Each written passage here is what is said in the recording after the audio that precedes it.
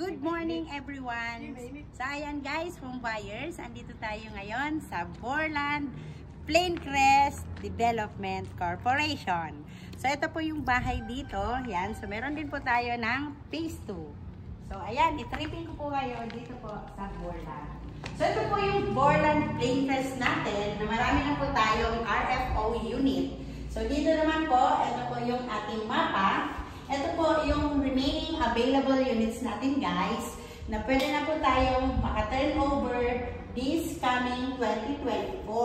So ito po yung target occupancy. So meron na po tayong mga ready for occupancy dito guys, ayan. So 199K lang po yung ating equity, yan, nababayaran po natin ng short term na lang, within 9 months to pay. Ayan, so sa Pag-ibig po, nasa 7,000 yung monthly amount natin, estimated, and yung ating pong basic salary is 20,000.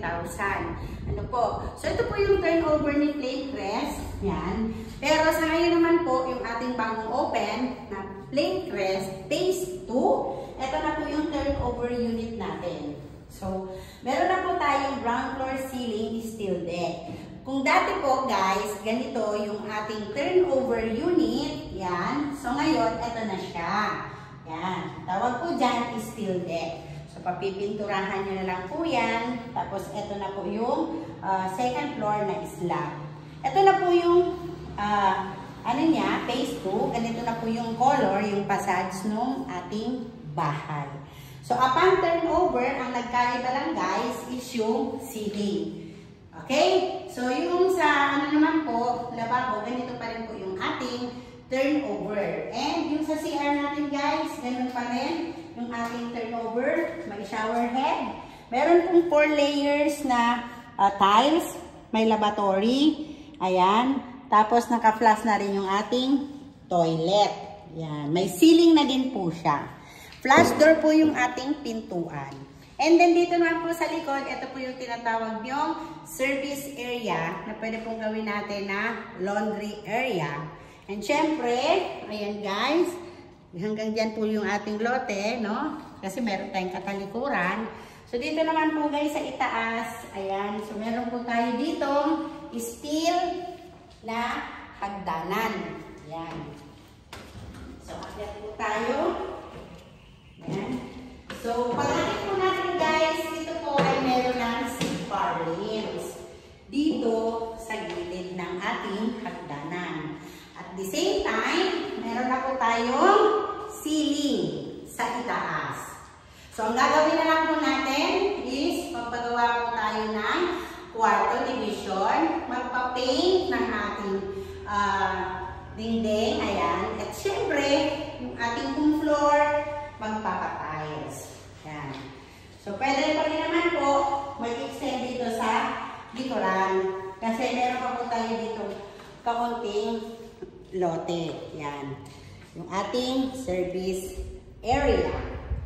At the same time guys, yung ating harapan, dahil meron po tayong 2.5 sa harapan natin, ayan, na lote, pwede pa rin tayo dito mag-extend. Yan.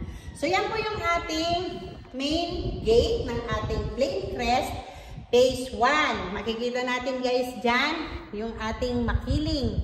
Diba po? Ang ganda ng tanawin. But, yung ating pong Phase 2 ay dito po sa kabila.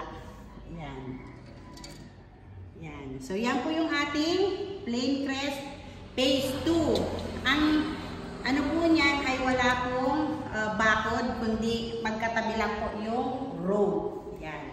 Sa mga nais pong mag-invest dito po sa Planecrest Phase 1 and Phase 2, yan, very affordable po. 5,000 ang ating pong reservation for inner unit, end unit, and corner. Sa equity naman po, 177K na meron po tayong 7,200 na babayaran sa ating pong equity. And sa Pag-ibig naman po ay 7,000 ang ating estimated. Required basic salary po natin is 20,558. So, para safe, pwede na rin po sa 21K. So, ayan guys. Thank you so much for watching. Bye! Tama naman. Kinahawa